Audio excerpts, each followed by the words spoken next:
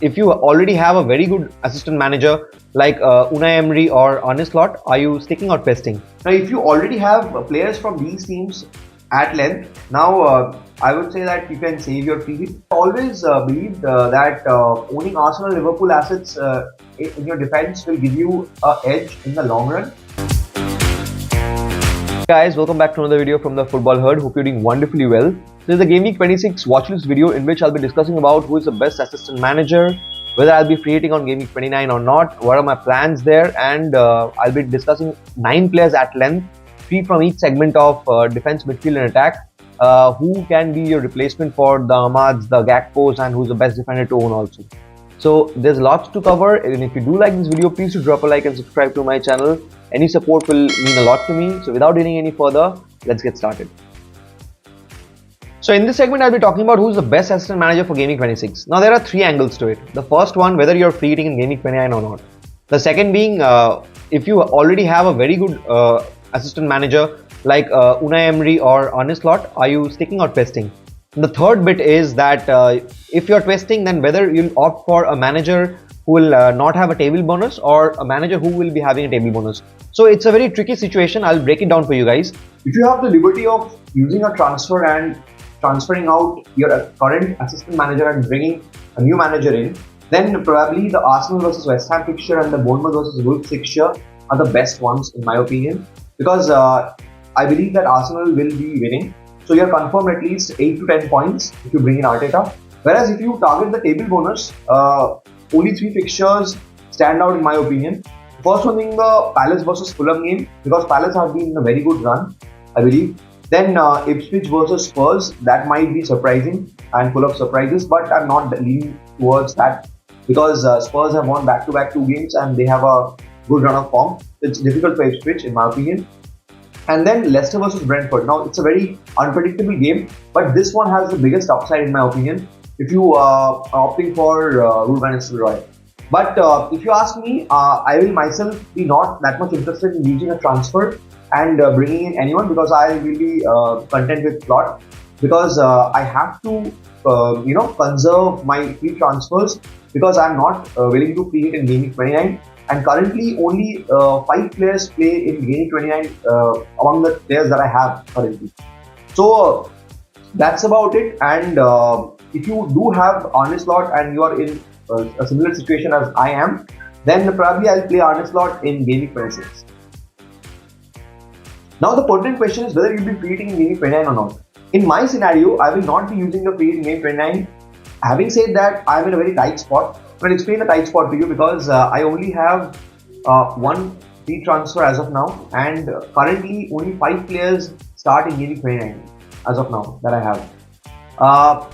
As you can see in the schedule that why I'm not that much leaning towards the free hit 29, because only 4 teams blank as of now in 29, whereas in Game Week 34 we are not yet confirmed that how many teams will be blanking, and in all probability that will be a larger blank game week. So utilizing your free hit in Game Week 34 will be advised chip strategy in my opinion. And also what that will enable us is that it will not lock in the wild card, and we can tag along the wild card with the bench boost, which is the best strategy since eternity, right? And having said that, it's completely a team dependent opinion, because I will not recommend you to take more than 3 to 4 hits for forming a Game Week 29 team, because that does not have that much of an upside in my opinion.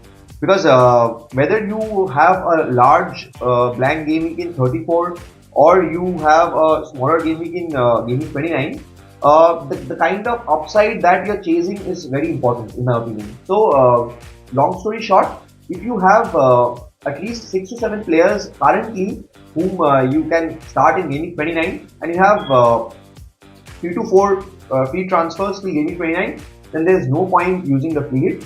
And even in a tight spot also, you can at least use -8 or -12. That is, you can burn 3 transfers and form a 11 in Game Week 29 in my opinion.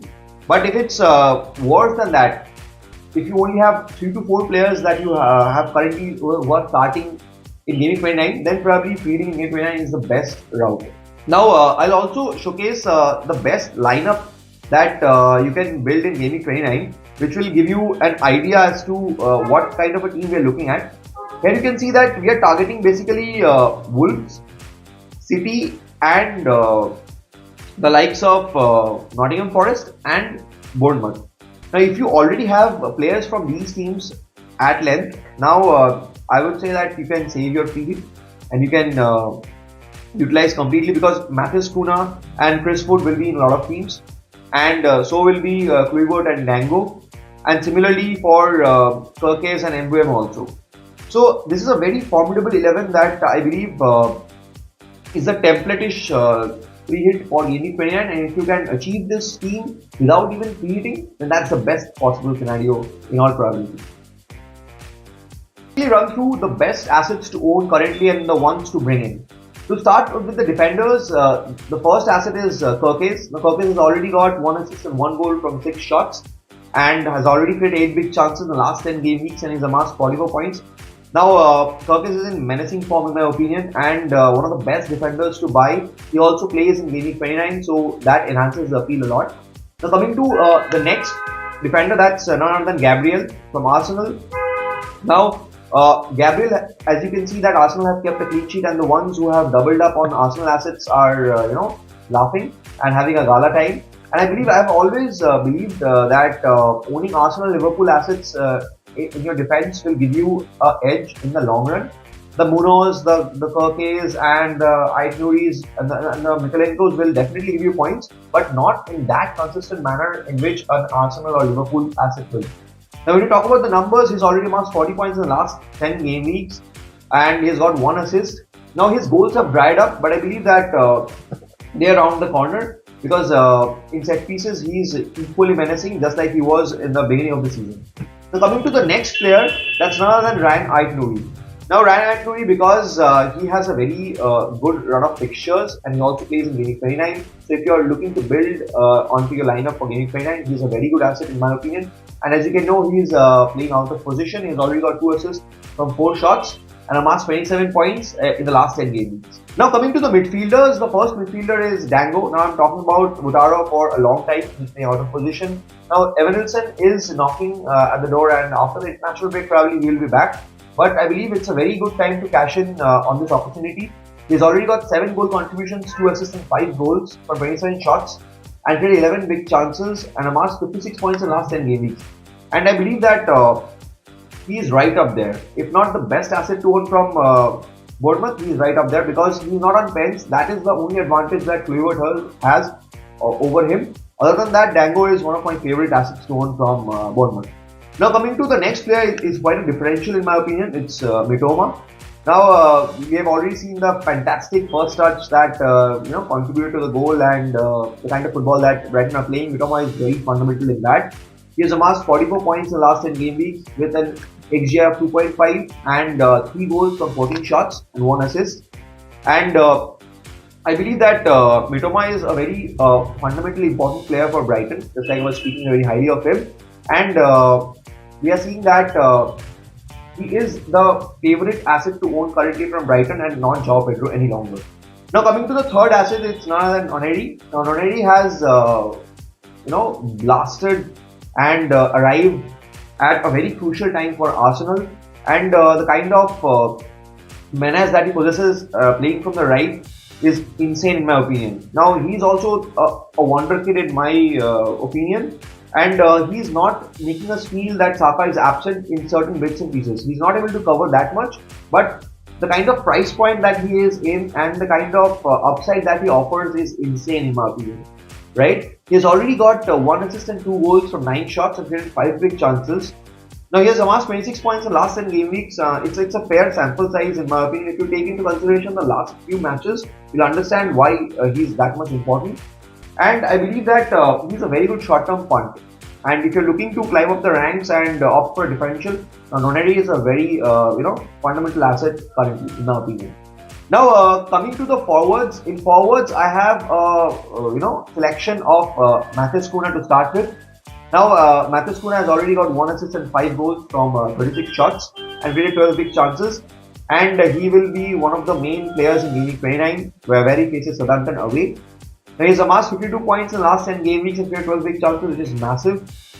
And his percentage of goals involvement is 50%. So whatever Wolves do, that goes to Matheus Cunha for sure. So he is my first pick. Now coming to the next forward pick, that is Visa. Now Visa was very unfortunate in seeing a couple of goals disallowed in the last game week.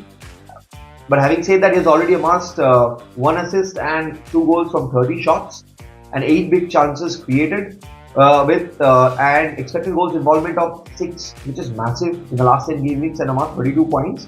Now, I will not recommend right now doubling up on Visa and Mbuemo, but if you do not have Mbuemo, then definitely you should have Visa, in my opinion. Now, coming to the third striker, it's again a differential pick, just like Noneri. It's Omar Marmoush. Now Marmoush has arrived in FPL and in the Premier League with a wonderful hat trick. Now he was looking very sharp in the initial matches also, but that has translated eventually in the hat trick, which I'm very happy for him.